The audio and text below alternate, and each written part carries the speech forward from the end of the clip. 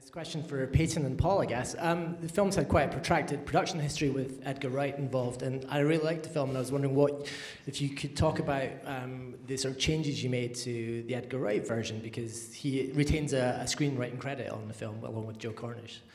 Yeah, well, I'll definitely start by saying I think it's fair to say that none of us would be here, and there might not even be an Ant-Man movie if it weren't for Edgar and Joe, and that should absolutely go said.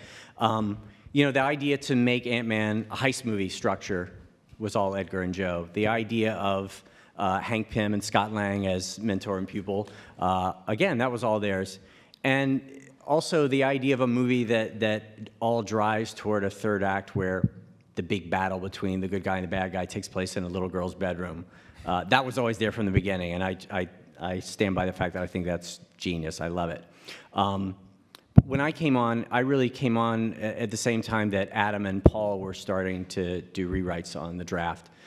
And really, it was sort of taking what existed. Adam and I bonded over the fact that we were both kids who grew up reading those comics. I probably untold hours alone in my bedroom reading comic books. And same for Adam. So there were some elements that had been in the comics that had not made their way into the script that we wanted to bring to it.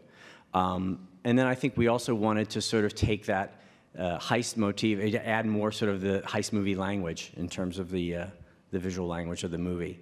And then also it wasn't lost on me that, you know, Hank Pym in the comics is such a complicated character. And we had a very complicated man playing that character. we had Michael, who, you know, has made an amazing career out of playing, you know, characters, I think it's fair to say, with a lot of gray area, and that we wanted to really... and really it was, you know, to sort of just deepen that character, and the idea that always appealed to me from the beginning, that at the center of this movie are two fathers and two daughters, and that there was a lot of sort of emotionality to be mined from that. So, you know, Adam and Paul worked incredibly hard in doing the rewrites, and then when we were in production, Paul continued to work with our production writers, Andrew Barrer and Gabe Ferrari.